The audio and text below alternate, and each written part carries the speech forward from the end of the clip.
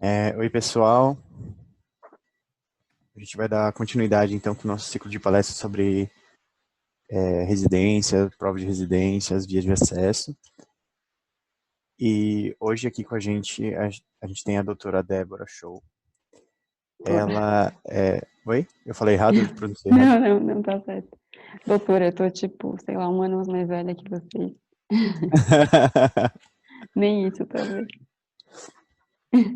Pode falar, desculpa. Tranquilo. Então tá, temos aqui conosco, então, a Débora Show, formada em medicina já. Ela é R1 de psiquiatria na USP. E hoje ela vai falar um pouco mais sobre as provas de residência. Pode começar, doutora, quando você quiser. Tá bom. Obrigada. Obrigada pelo convite. Queria agradecer ao Centro Acadêmico por essa oportunidade. Eu acho que hoje, na verdade, a ideia é da gente conversar um pouco sobre como foi para mim, assim, a prova de residência. Mas é uma coisa bem informal, não, assim, eu não sou uma especialista em provas de residência. Eu fiz faculdade na medicina, né, da USP, e eu prestei só lá. Então, acabei que eu fiquei com uma experiência mais de uma prova, né, eu me preparei mais para ela. E aqui, para fazer essa conversa de hoje, eu pensei em fazer umas dicas mais gerais, não focada só na prova da USP ou em como eu estudei de maneira específica, mas dicas mais gerais, se eu conseguisse pensar.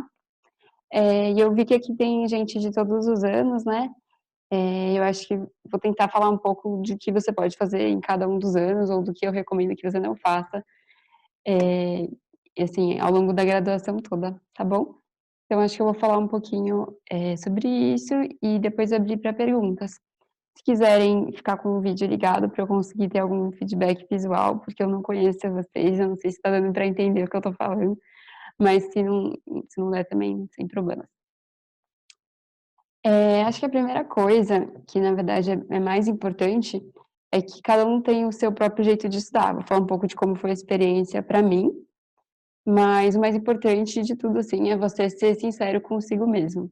Cada um tem um jeito de estudar, sempre tem aquela pessoa que é melhor de, assistir aula, que prefere ficar ouvindo o professor falar, sempre tem aquela pessoa que prefere ler no livro texto, aquela pessoa e sempre vai ter algum colega seu que é o cara do resumo, o cara que parece que está rendendo mais do que todos os outros, que está entendendo mais do que todo mundo e que ele que vai tirar a nota na prova, mesmo nas provas que vocês vão tendo ao longo da graduação, sempre tem aquele cara, né. E aí você fica: "Nossa, acho que eu não estou estudando direito, né, acho que eu devia estar fazendo resumo", aí você fica lá e você na verdade só está copiando no seu caderno o que está no slide do professor e você não está aprendendo nada fazendo isso. Então, não sei, isso para mim era uma coisa que sempre eu me pegava tentando me enganar, tentando estudar de um jeito que alguém mais estudava e não era o jeito que funcionava para mim. Eu era a pessoa que lia os resumos antes da prova e estava tudo bem, assim, dava para aprender do mesmo jeito. Então acho que a primeira dica é que cada um tem o seu próprio jeito de estudar, sejam sinceros consigo mesmos e não se compara com a pessoa do lado, tá bom? Aqui. Vocês estão vendo os slides? Beleza. Sim. Obrigada. Esse slide aqui, ele tem uma questão, eu não vou discutir essa questão, é uma questão de cirurgia, eu nem sei fazer isso direito, mas eu trouxe ela porque ela é um bom exemplo de como estudar para a prova de residência não é uma coisa só do 6º ano. Essa é uma questão que foi uma questão muito difícil no meu ano, essa aqui é a minha própria prova, vocês podem ver que está rabiscada, é uma foto que eu tirei da minha própria prova. E eu coloquei aqui porque ela é realmente uma questão que eu achei que ela foi mais difícil do que a maioria, assim. Quando vocês estiverem se preparando para as provas e tudo mais, vocês vão ver que tem muitos temas que eles se repetem, que você sabe que eles vão cair em todas as provas, né? Em pediatria vai cair puericultura, sempre vai cair um eletrocardiograma, sempre vai cair umas coisas que são comuns, são muito prevalentes, e que você sabe que vai cair. Por exemplo, na parte de cirurgia, a gente costumava ver, na parte de cânceres, da parte do trato gastrointestinal, a gente costumava ver adenocarcinoma, carcinoma espinocelular, que eram os mais comuns, mas essa questão que caiu é sobre GIST, um tumor raro de trato gastrointestinal, então foi uma questão difícil, eu achei. E eu meio que chutei fiz um chute consciente, eu não sabia direito essa questão, eu fiz um chute consciente, mas foi um chute que deu para acertar, eu acho, por causa de muitas coisas que eu vivi ao longo da graduação.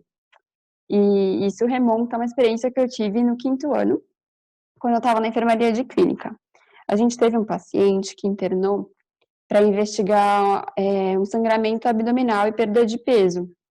E aí eu fui lá, interna, no começo do internato, fazer a admissão do paciente. E aí, porque eu tinha tido aulas de propedêutica e tudo mais, a gente foi fazer o exame abdominal. Então vai lá, inspeção, ausculta, palpação. E eu senti uma massa gigantesca no mesogastro do paciente. Falei, nossa, isso não é normal. Tá, tem uma coisa estranha aqui. E aí, toda feliz interna que finalmente tem algo a acrescentar na visita, né? Fui lá, falei, chefe, a gente talvez tem que investigar essa barriga, tem uma coisa aqui, tem uma massa palpável, esquisita e tudo mais. E aí eu fui discutir na visita e a gente resolveu pedir uma tomografia para investigar melhor o que tinha lá. Fizemos a tomografia e aí, ao invés de esperar sair o laudo, eu resolvi discutir a imagem com o radiologista. Então, eu fui lá, bati na sala do laudo, todos os radiologistas olham, uma pessoa perdida lá no meio. Mas, eu gostaria de discutir essa imagem, tentar entender o que ela é, tal. Esse paciente tem tal, passar o caso, né? E aí, por acaso, tinha o chefe da radiologia, ele estava lá. E ele é um cara muito bom, muito didático, e ele manja muito, assim, de imagem abdominal. Aí ele olhou a imagem e falou, quantos anos tem paciente? O que está acontecendo? Tal. Aquelas coisas de radiologista, de processamento de imagem, que só eles conseguem fazer. E aí ele falou, não, isso aqui tem cara de giste. Eu não sabia o que era giste na época, eu falei, Aí ele, não, giste é um tumor, de trato gastrointestinal e tudo mais. É um tumor que não você tem que torcer para que seja mesmo, porque se for outro tipo de tumor é uma coisa mais grave, e o tratamento desse é um pouco mais curativo, não uma proposta tão agressiva de cirurgia e tudo mais. E eu fiquei com essa impressão geral, assim, eu não lembro de todas as características de imagem que faziam com que ele pensasse nesse diagnóstico e não em outros, né? Mas eu fiquei com essa ideia geral de que era um tumor potencialmente curável, que talvez o tratamento não tivesse que ser tão agressivo, de que a gente tinha que torcer para que fosse giste. Eu fiquei com isso na cabeça. Aí nas visitas eu passei isso, né? Os chefes queriam saber o que os radiologistas achavam, eu passei a informação e a gente discutiu. E estava todo mundo nessa expectativa de que fosse um giste, que fosse curável e tudo mais. E aí eu não sabia totalmente o estadiamento do tumor, não sabia quais eram todas as propostas terapêuticas, a divisão, se tem entre 1 e 2 centímetros, o que faz, tem menos que 1, eu não sabia tudo isso, assim, eu também não achei que precisasse, porque é um tumor bem específico, mas eu fiquei com essa ideia geral. E aí, depois disso, não sei, quer dizer, o que aconteceu com o paciente, só para vocês saberem, é que era giste mesmo, o radiologista tinha acertado só pela imagem, e o paciente foi tratado, fez a cirurgia de proposta curativa mesmo. Mas aí, esse tema de giste voltou para a minha vida quando estava no 6º ano, eu estava fazendo questões de prova de residência, né, questões antigas. E era uma prova de R+. Vocês viram ontem como é que funciona mais ou menos o processo das especialidades, né? E aí o R+, por exemplo, a pessoa que fez 2 anos de cirurgia básica e ela quer ingressar em uma cirurgia, por exemplo, em urologia. Ela tem que fazer essa prova. E ela, na verdade, é feita pelos mesmos chefes que fazem a nossa prova, de R1. Então, acabei que eu fiz essas provas com a expectativa de que fosse parecida, fosse a mesma ideia, né? Não dá para você fazer a prova querendo acertar um monte de questão, como se fosse a prova de R1, mas dá para ter uma boa ideia, e eu fiz essas questões. E aí tinha uma questão que falava sobre giste, eu acho que era muito parecida, se não igual, e aí eu estava fazendo e eu resolvi essa prova junto com alguns amigos. A gente fazia isso nos grupos de estudos, né? Fazia, sei lá, cada um fazia 10 questões, depois corrigia tudo junto, comentava as questões. E aí eu tinha um amigo que tinha errado essa questão e eu tinha acertado. Mas eu tinha acertado porque eu chutei. Eu tinha chutado certo por causa da experiência do internato, né?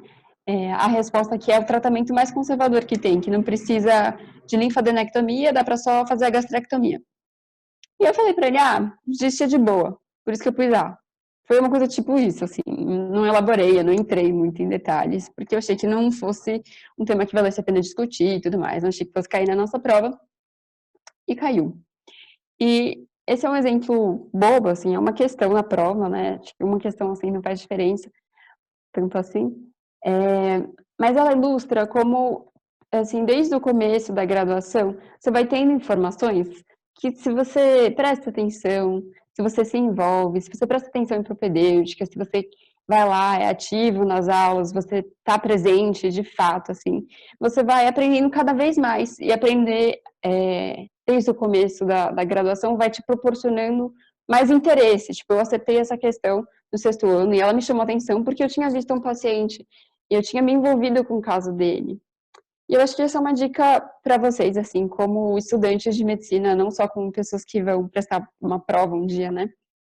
É uma dica de se envolvam com todos os pacientes que vocês puderem, desde as aulas de propedêutica, desde as aulas de clínica, se você puder fazer anamnese, não só para tipo, ter algo escrito para levar para o professor, mas querer saber, sejam curiosos no que vocês puderem discutir, assim, vocês passam em hospitais que têm várias especialidades, né, então se seu caso tem um pouquinho de dúvida diagnóstica, vai conversar com o radiologista, talvez ele tenha uma opinião diferente, talvez ele tenha algo novo para ensinar, e quanto mais inputs você tem de uma mesma informação, mais você vai lembrar sobre ela no futuro.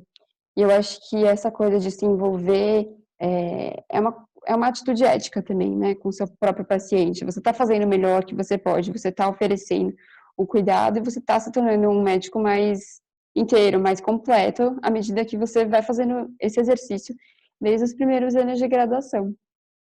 Então, acho que isso é uma coisa que eu percebi, assim, na minha vivência, é de que quanto mais a gente se envolve, mais a gente entende as coisas, isso mais isso desperta a nossa própria curiosidade de querer estudar o tema, e mais isso ajuda os pacientes mesmo, né, e vincula você a eles veem que você está interessado, você está presente de fato, eles veem vocês como o médico deles. E uma coisa que eu senti muito na prova, na hora que eu estava fazendo, foi tipo, nossa, isso aqui eu aprendi no corredor, isso aqui eu vi o professor falando, isso aqui é meu paciente tal, isso aqui eu já vi. E a prova tem muitas coisas que só quem já viu na prática vai saber responder. Tem muita imagem, tem muito caso clínico, pelo menos a prova da USP e as provas do Einstein também, né? Que pelo menos as que eu vi eram meio parecidas, assim, uma abordagem mais de raciocínio clínico. E eu acho que esse tipo de envolvimento, desde o começo da graduação, ajuda muito. Isso são dicas gerais. E agora vou falar um pouco de como foi o meu planejamento de estudos ao longo do ano de preparação. Só um minuto.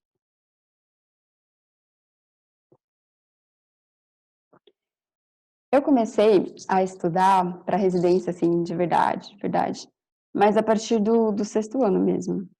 E acho que foi bom, porque no final eu já estava muito cansada e todo mundo sei lá, meus amigos também, o pessoal que eu convivo, da minha panela, os outros colegas do sexto ano, a maioria só começa a estudar mais, de fato, assim, no sexto.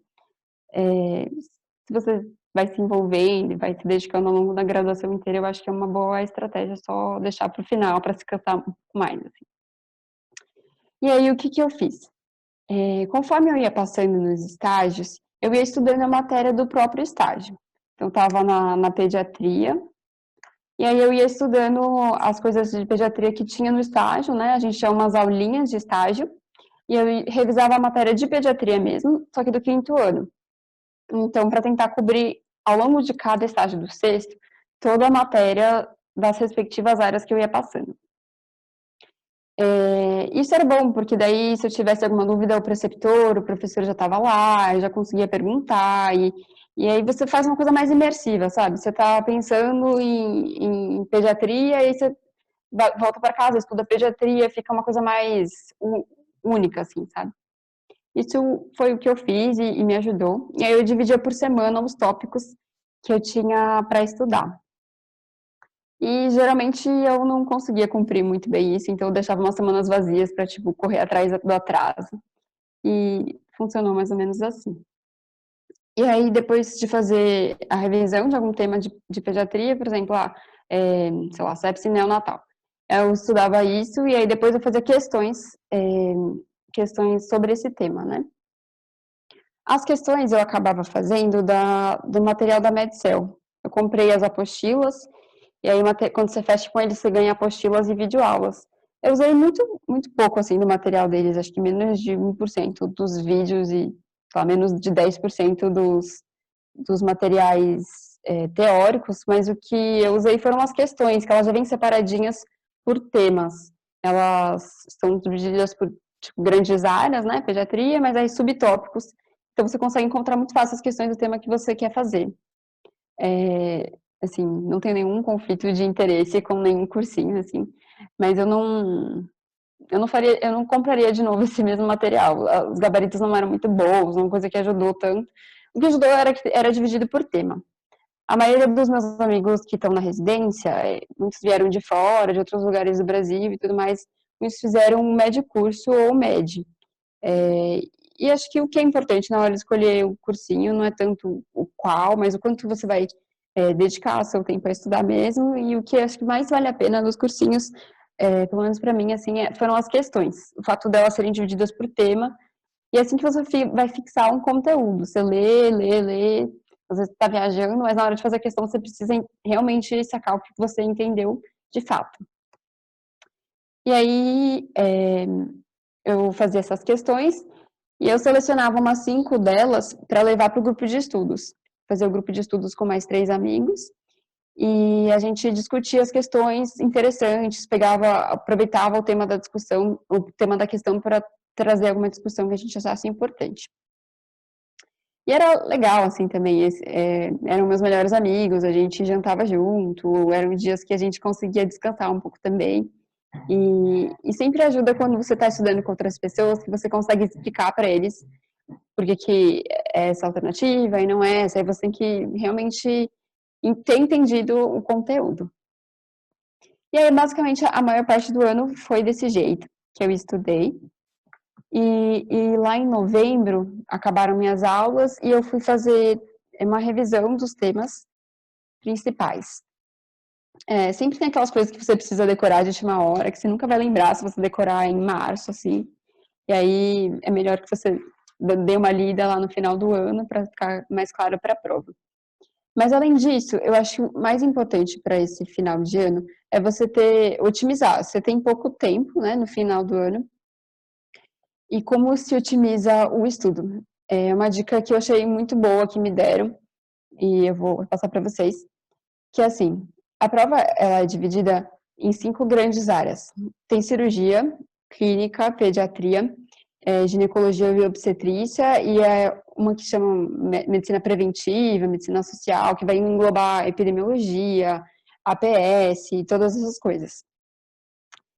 E você, nessa hora, tem pouco tempo para revisar as coisas, né?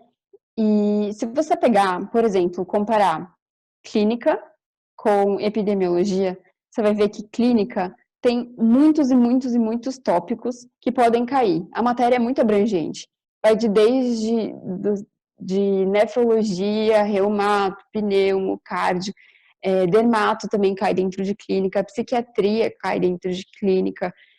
Foram 2 questões de dermato, 2 questões de psiquiatria, infectologia cai dentro de clínica. Então, eles têm 20 questões para fazer na prova e muitos temas para colocar. Então, assim, se você for tentar estudar tudo de todos os temas de clínica, se você falar, eu vou revisar clínica, você não vai estar fazendo uma escolha muito esperta lá no final do ano, entendeu?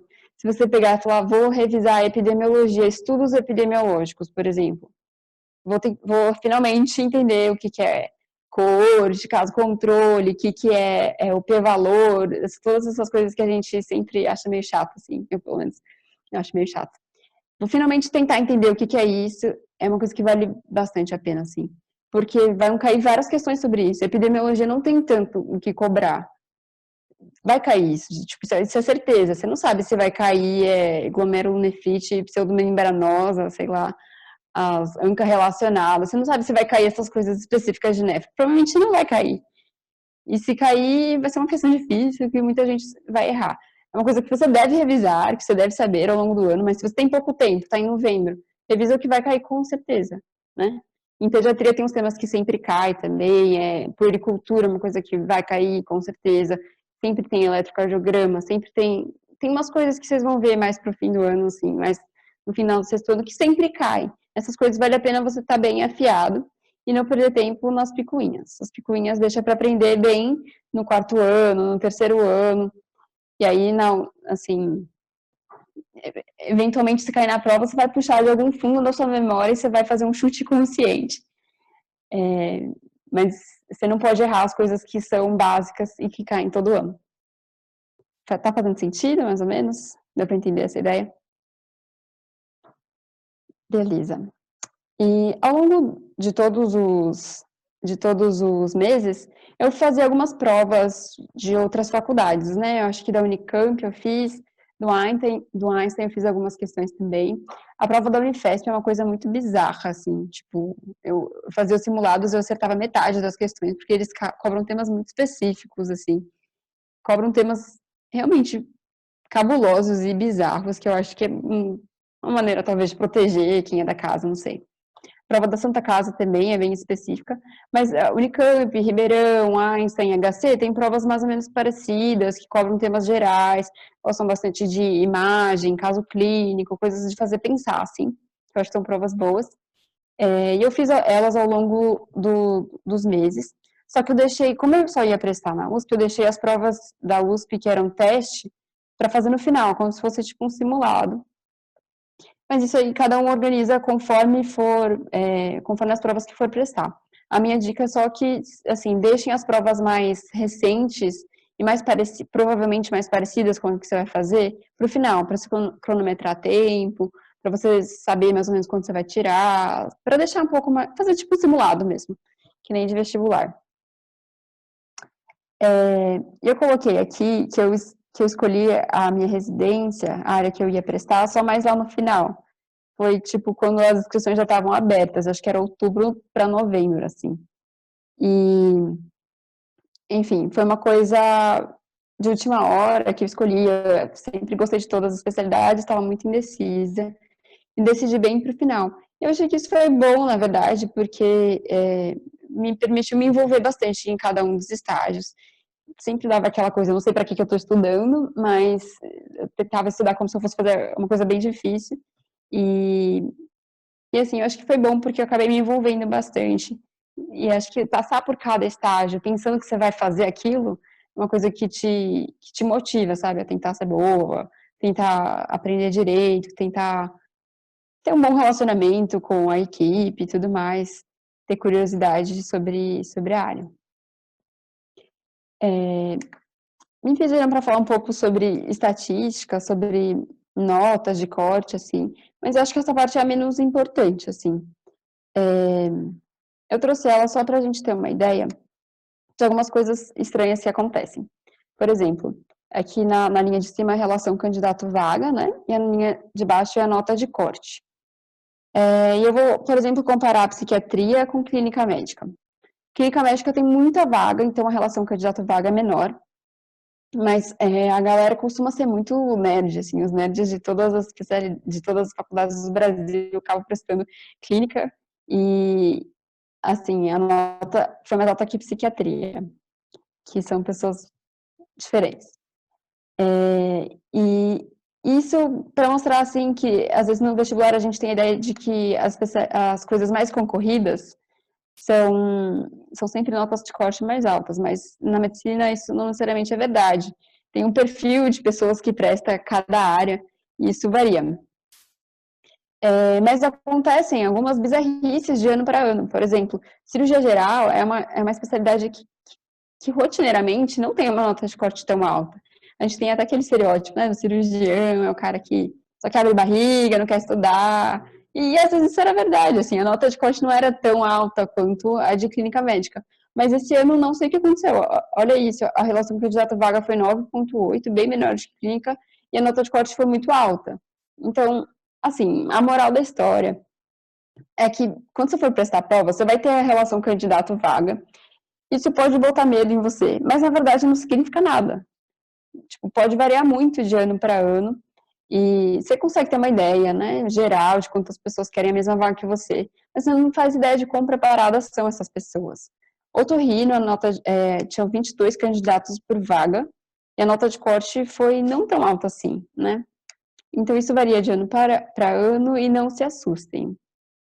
Eu acho que uma dica, uma coisa que eu diria para vocês, assim, é que vocês estão fazendo uma graduação ótima, num lugar muito bom, com professores e com suporte tão bom, que vocês não têm que olhar para essa relação candidato-vaga, nem para as notas de corte dos anos anteriores, fazer a prova da especialidade que você quer fazer.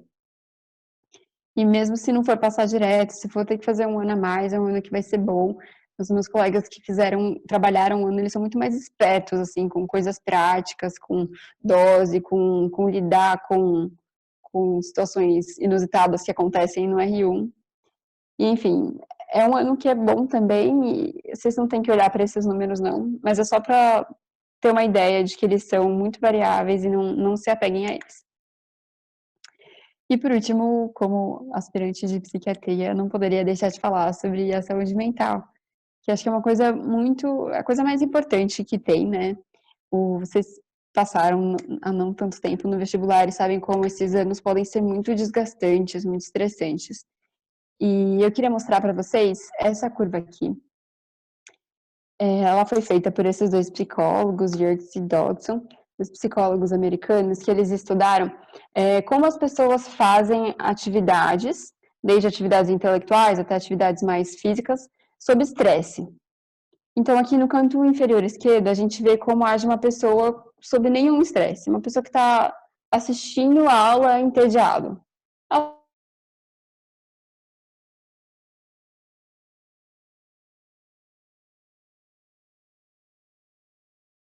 Ela não vai absorver o conteúdo e não vai ser produtivo. Às vezes, quando a gente fala a palavra estresse, parece que é uma coisa ruim, negativa, né? Mas eu estou dizendo estresse no sentido da pessoa estar acordada, estar alerta, vigil, tá? E nesse polo, ela não vai ter, assim, nenhum muito benefício em estar lá assistindo aula, por exemplo. Mas no canto inferior direito, temos uma pessoa que está muito estressada, uma pessoa que está, assim, perdendo os parafusos, uma pessoa que não está conseguindo reter o conteúdo também, ela está, sabe, hiperventilando, ela está em burnout, uma pessoa que não está conseguindo, essa pessoa ela não vai conseguir ter memória, ela não vai conseguir prestar atenção de uma forma adequada, ela vai estar fadigada de tão nervosa que ela está. E aí, no ponto do meio, né, no ápice da curva, é o ponto ideal, assim, é aquele momento que você está na véspera da prova e você lê o resumo do seu colega e você percebe que, lendo 1 hora de resumo, você aprendeu mais do que no seu semestre inteiro, porque você não estava dando importância suficiente, né? Os animais, em geral, eles funcionam com base no que eles dão importância, com base naquilo que desperta reações emocionais. Então, se a gente pensar evolutivamente, sei lá, um homem das cavernas, um dia ele mexeu numa colmeia e ele foi picado. Ele nunca mais vai mexer na colmeia, ele vai aprender isso, e a memória dele vai ficar pro resto da vida, e ele vai contar essa história 1 milhão de vezes. Porque o estresse de ter sido picado por várias abelhas fez nele uma memória muito profunda e muito forte. Então, ao que a gente dá relevância é o que a gente vai conseguir gravar, tá? E quando a gente está estudando, por exemplo, quanto mais a gente se envolver, achar interessante, estar presente naquilo, achar que aquilo faz alguma diferença para a gente, mais a gente vai conseguir reter, mais a gente vai conseguir lembrar mais para frente. E aí, o que eu digo para vocês, como estudantes de medicina, é que provavelmente muitos têm dificuldade de controlar essa ansiedade, uma coisa que eu tenho dificuldade, muitos colegas meus têm, e às vezes a gente quer estar o tempo todo no topo da curva, assim, a gente às vezes acaba indo para o lado direito dela. É melhor que você esteja do topo para a esquerda mesmo, porque do topo para a direita é uma coisa que vem carregada de muito sofrimento. E é uma coisa importante para vocês ficarem atentos aos sinais de alarme, de ansiedade, de depressão, Então, se você não está conseguindo mais prestar atenção em nada, se você não está conseguindo ter memória, se a maior parte do dia você está desanimado para fazer as suas coisas, se você não está, se está faltando nas aulas, se você está com uma mudança muito grande do seu padrão alimentar, do seu padrão de sono, tudo isso são coisas que você precisa ficar atento para não deixar que você esteja perdendo, né? Perdendo o controle sobre a sua própria ansiedade. É uma coisa muito comum e é importante, vocês sabem, vocês já ouviram falar disso com certeza, mas fazer as coisas básicas de bem-estar, atividade física, comer direito, dormir cedo, são coisas que vocês orientam provavelmente para os pacientes, né? Mudanças de estilo de vida, fazer 30 minutos de atividade 5 vezes por semana. A gente sempre fala, mas a gente não realmente acredita que é uma coisa importante, mas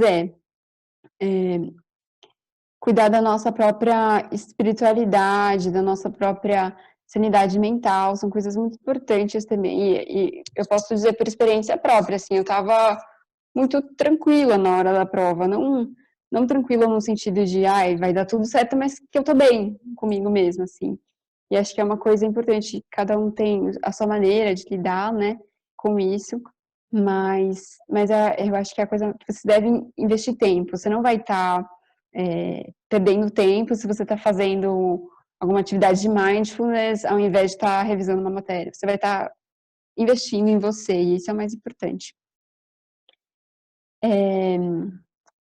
Enfim, eu acho que é mais ou menos isso que eu tinha para falar sobre coisas gerais da residência, como foi para mim, mais ou menos. E eu queria ouvir de vocês, se vocês têm alguma dúvida. A recomendação de terapeutas, você percebeu que você está no lado direito da curva. Enfim, tá aberta para vocês, gente. Bom, obrigada pela palestra, foi bem enriquecedor. E eu queria pedir para quem tiver alguma dúvida, por favor, ou mandar no chat ou abrir o microfone para falar, mas antes levante a mão também, só para a gente ter um controle de quem vai falar, se alguém tiver alguma dúvida.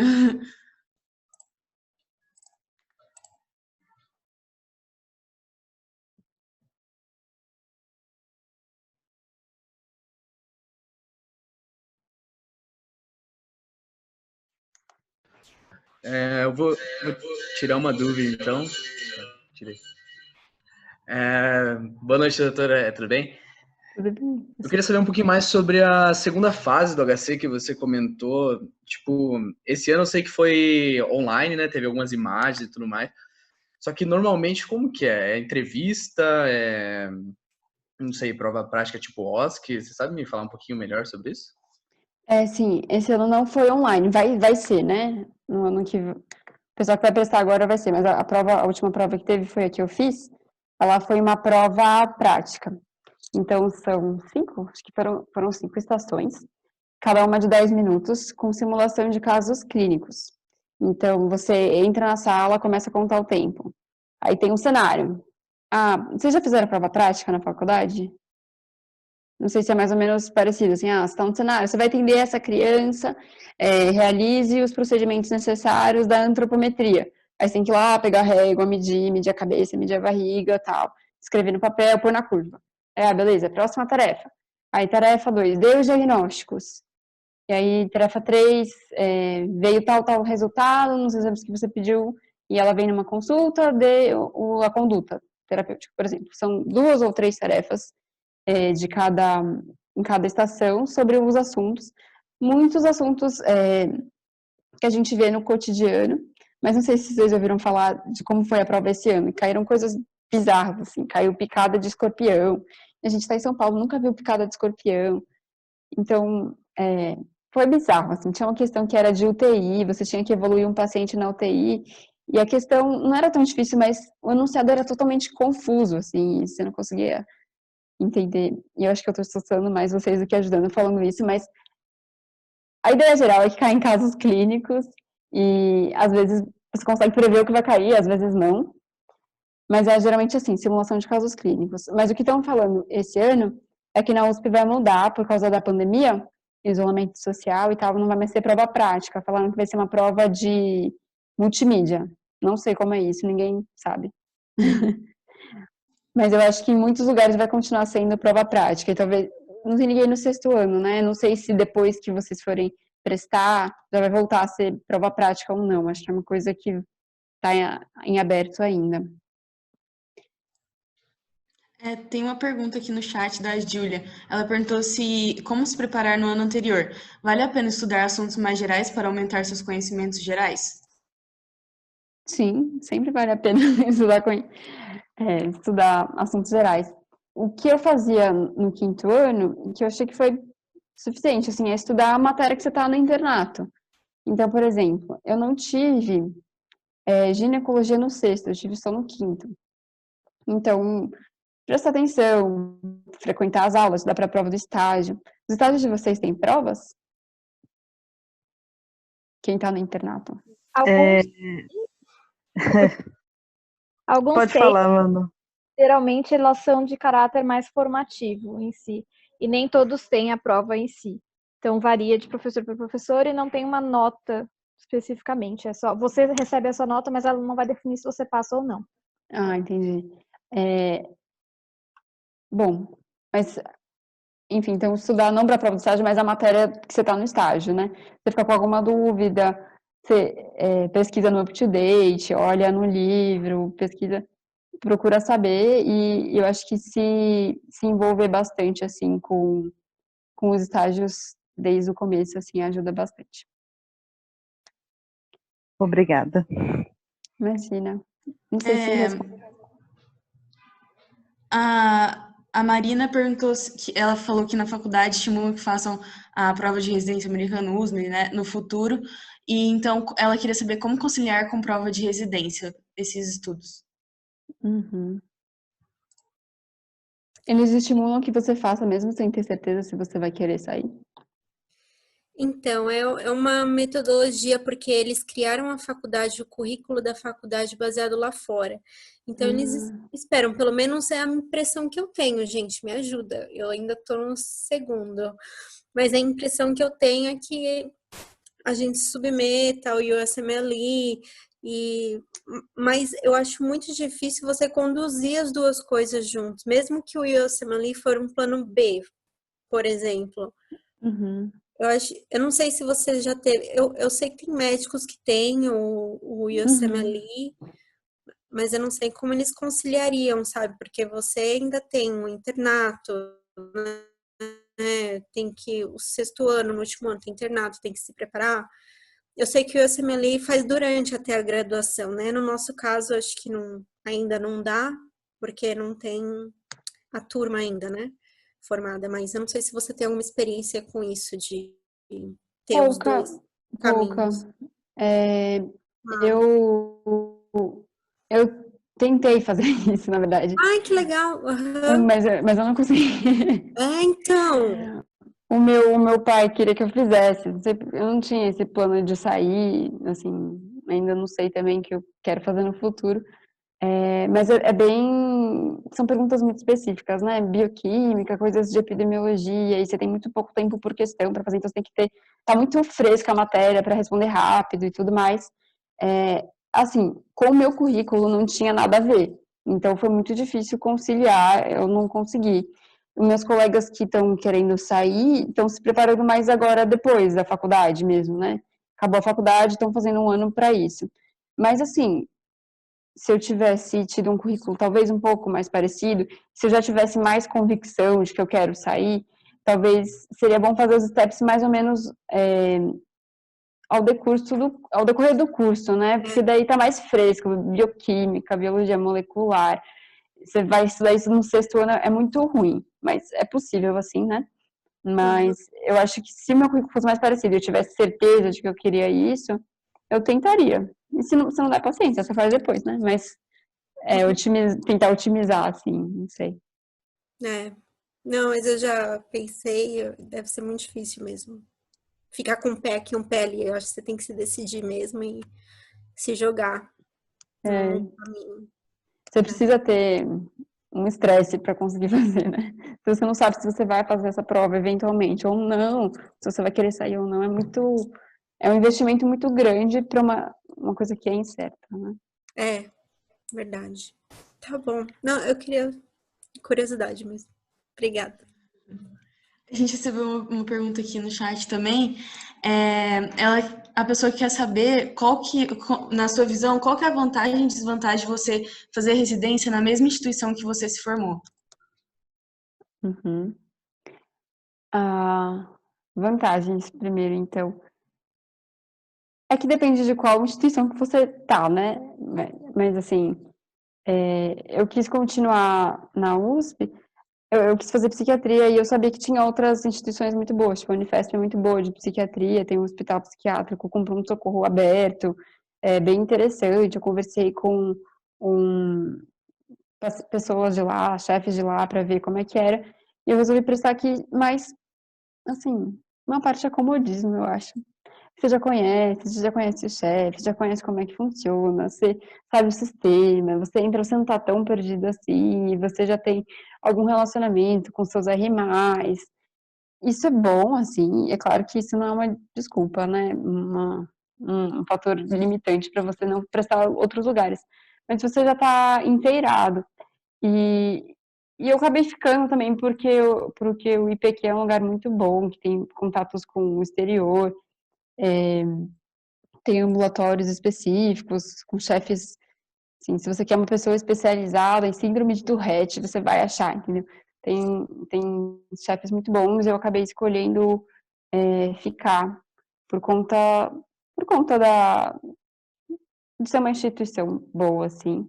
Mas tem os contras, que é você não sair da sua zona de conforto, pode ser um contra também, né?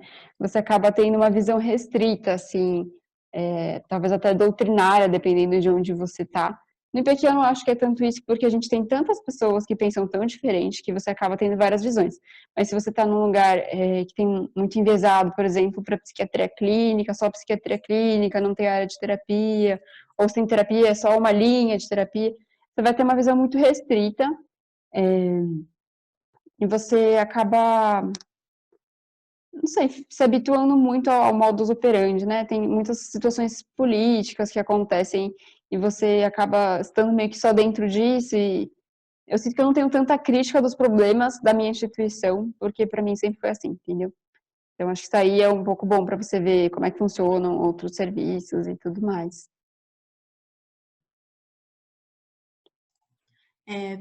Tem uma. Peraí, deixa eu achar a pergunta aqui.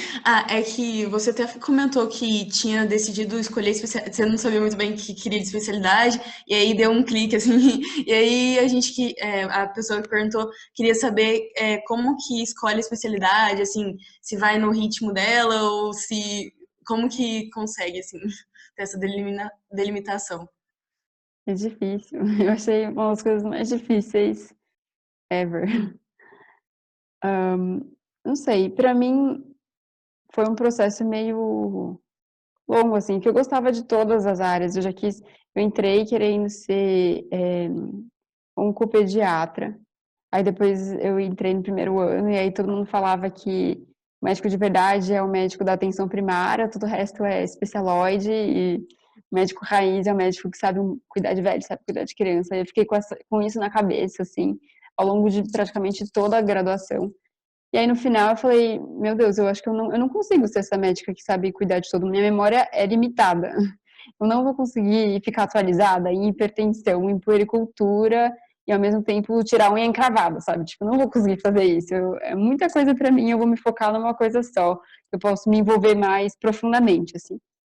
E aí quando eu tomei essa decisão de que eu não precisava ser generalista, eu podia fazer uma especialidade, eu fui olhando que o que eu achava interessante sobre os atendimentos era uma parte das conversas mesmo, né? Então, beleza, você veio aqui por medo de ter tido um aborto. A gente fez ultrassom, você não teve um aborto. Mas por que você está com tanto medo? O que isso envolve? O que isso implica?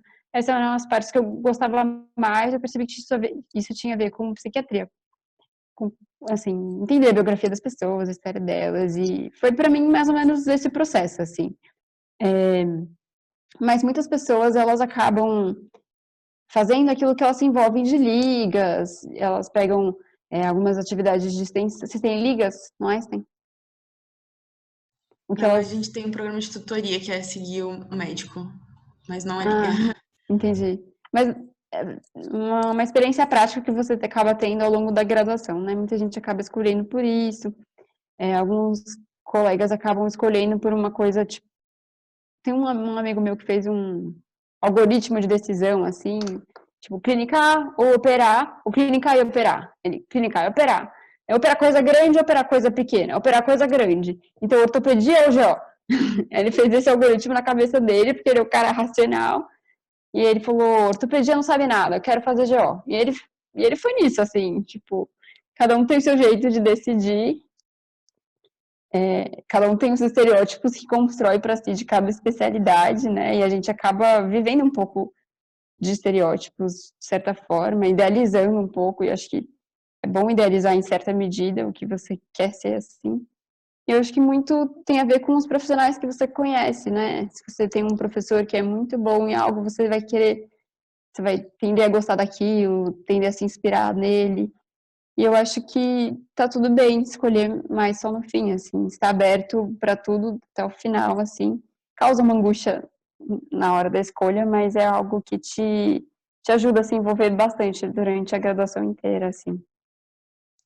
Não sei se respondeu. Você Não, quer fazer um respondeu. vocacional? Tem uma pergunta aqui que a pessoa quer saber se você tem alguma coisa que recomenda que não faça durante a preparação na residência. Alguma coisa que às vezes você viu que não foi benéfica para você ou para algum colega seu. Não faça só isso da sua vida. Eu acho que é uma coisa importante, assim. Eu casei no fim do meu sexto ano, e aí ao longo de todo o sexto ano eu fazia reunião com o assessor, eu ia, saía, fazer outras coisas, eu não parei de, sei lá, com a vida social, no cinema, sei lá, eu fazia outras coisas, e eu acho que, e algumas pessoas falavam, nossa, como que você está organizando casamento de tantas pessoas assim durante o sexto ano, que loucura. Eu falei, nossa, eu acho que isso está me salvando, eu acho que isso está me ajudando, porque tem um momento que eu sou obrigada a não estar estudando, sabe? Eu preciso estar fazendo outra coisa. Tenho amigos que no sexto ano viraram marombas, assim, tipo, vai na academia todos os dias, 1 hora por dia, 2 horas por dia, e eles, isso ajudava muito eles, assim, eles estavam se sentindo muito melhor, e eles tinham um tempo que eles não estavam culpados de não se sentir estudando, porque eles estavam fazendo outra coisa, assim. E eu acho que também não queimar largada, assim, não ficar surtada com prova de residência desde o quinto ano, que você não aguenta ficar, assim, 2 anos inteiros nisso. Assim. Eu não aguentaria, não sei vocês. Mas acho que não queimar largada também é uma coisa importante. Débora, chegou uma pergunta para mim que é falando como que você faz para descobrir assim, como que você sabe de curso que tem hospital de referência, sabe? Tipo, por exemplo, você fez psiquiatria, quais são as melhores residências? A gente sabe que tem algumas que são consagradas, né? Como tipo o HC, a Paulista e tudo mais. Só como que você descobre quais são as referências de cada área? Tem alguma coisa?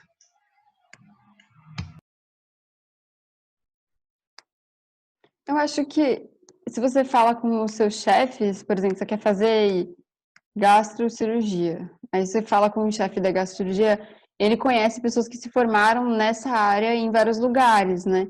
Então, acho que ele pode ser os especialistas que já estão formados, eles podem ter uma boa referência, porque eles são pessoas que trabalham com várias pessoas da área, né? Eles devem conhecer os serviços diversos, ver como cada um foi formado.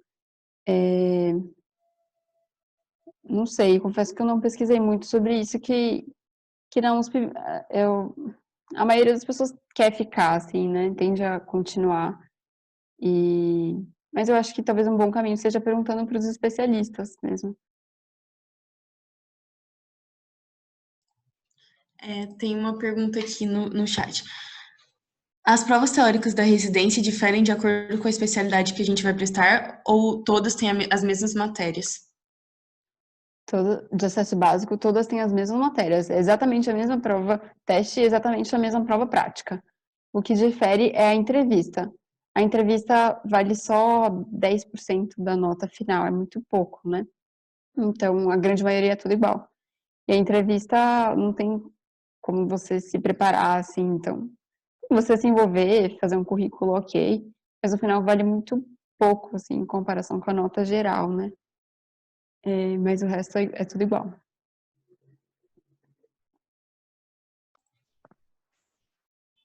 Tem mais alguma pergunta, gente? Que vocês têm curiosidade, interesse em saber? Posso perguntar uma coisa, Lu? Claro, pode ir. É só uma curiosidade mesmo. Você tá no R1, né? Mas você dá plantão? Você tem o tempo para isso, assim?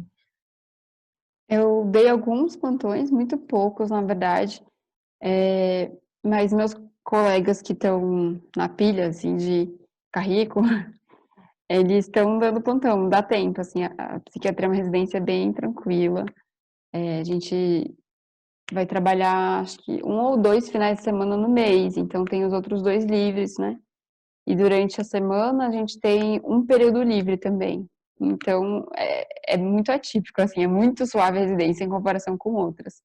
Tem colegas da pediatria, da cirurgia tem mais dificuldade de ter tempo de dar plantão, mas na psiquiatria, por exemplo, é bem, bem tranquilo de dar. Aí plantão você pode pegar em pronto-socorro, a maioria pega pronto-socorro, né? Mas dá para dar de shopping, dá pra dar de ambulância, assim, depois que você se forma, abre-se um mundo de oportunidades. E é bem... dá um medo, assim, no começo, mas dá para conciliar, assim. Uma pessoa perguntou assim, quais atividades de graduação você acha que mais valem a pena fazer e que te trouxeram mais aprendizado durante a graduação? Eu me envolvi bastante com a bandeira científica. Vocês conhecem esse projeto? É um projeto que a gente reúne várias especialidades médicas e não médicas, né? TO, fono, físio, nutri, até engenharia, vários cursos da USP. E a gente faz viagens pelo Brasil para fazer mutirões, principalmente atendimentos, né? Então a gente os alunos atendem, a gente discute com os respectivos supervisores. E aí eu participei desse projeto, a gente foi para Limoeiro de Anadia, uma cidadezinha lá em Alagoas, e depois a gente foi para Goiás. Eu fui diretora desse projeto e acho que fui diretora de algumas ligas também, ligas de cuidados paliativos, liga de pediatria, e eu acho que ter tido a oportunidade de organizar coisas durante a graduação foi uma coisa positiva, assim, de saber lidar com conflito, lidar com gente. Sei lá, foi eu numa reunião para conseguir patrocínio com uma empresa de óculos, sabe? Tipo, a minha cara. Acho que te ajuda a construir umas competências que você não está preparado ainda, assim, te coloca em umas situações. Então, tudo, não sei, não acho que cada um vai ter seu interesse, né? Mas o que você pudesse envolver a ponto de ajudar a organizar, o pessoal do centro acadêmico, acho que já tendo uma experiência assim, né? Gerir pessoas e tempo e recursos, eventos. É uma experiência bem, bem legal. Alguém quer fazer mais uma pergunta, gente? Enfim, acho que não chegou nada também no chat. Débora, eu queria agradecer mais uma vez por você ter aceitado o nosso convite. A Mari, quando a gente estava no grupo, quando a gente mandou o tema, ela falou, eu lembro da Débora, então acho que ela vai topar. E a gente, quando soube que você topou, ficou muito feliz. E acho que todo mundo conseguiu também esclarecer várias dúvidas que estavam antes. E então eu queria agradecer muito pela sua presença. Que agradeço. Se alguém quiser fazer psiquiatria, pode falar comigo. Quiser conhecer como é que é lá o IPQ, tiver umas dúvidas específicas, pode falar comigo. É bem bonito lá, né?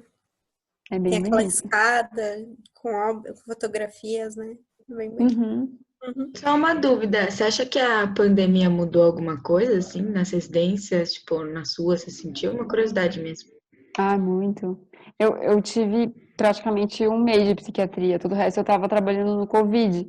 Então, eu estava trabalhando como clínica, eles recrutaram os residentes das especialidades para trabalhar. E aí, nossos ambulatórios todos cancelaram, a gente não... E o pessoal do segundo, os R2, toda a grade curricular deles era ambulatório, então eles tiveram nada. Aí a gente começou, aos poucos, a atender os funcionários que estavam entrando, os funcionários do Covid que estavam entrando em burnout, assim, estavam com ansiedade, depressão, a gente começou a atender os funcionários. Mudou totalmente, assim. Tá só começando a voltar ao normal agora. O pessoal da cirurgia não operou nada, o pessoal da pediatria também foi mandado para o covidário. As especialidades cirúrgicas e os ambulatórios foram muito, muito prejudicados, assim. Ainda bem que vocês não vão entrar ano que vem, porque vai estar uma bagunça ainda, assim. Isso mudou. E acho que é importante você estar bem consigo mesmo quando você vai prestar, cuidar da sua saúde mental, construir, tipo, subjetividade, interesses, investir em você mesmo, porque o R1 é um ano difícil, assim, muita gente desiste, você volta a ser o último elo da cadeia alimentar, assim, e as coisas recaem sobre você um pouco, mas tem que estar um pouco, assim, gostando de você mesmo, sabendo o que você quer, que vai ajudar, assim. O índice de desistência é muito grande na psiquiatria aí? Ninguém desistiu ainda. Ah, então Assim, beleza. Melhor. Na pediatria, acho que 2 pessoas desistiram já, das outras eu não sei. É punk. O negócio é punk. Tá bom. Gostei bastante, né, amor? Obrigada. Bom, eu queria agradecer de novo a Débora por ter aceitado o nosso convite. E a gente queria lembrar para vocês que na semana que vem a gente vai continuar com as palestras, então a gente vai trazer alguns residentes para conversar com vocês também. E a gente agradece a presença de todo mundo que ficou. Tchau, gente. Obrigada. Foi muito boa mesmo, obrigada, viu? Tchau, tchau. Deu Obrigada. até dá. Tchau, obrigada. Até Tchau, mais. tchau, obrigada.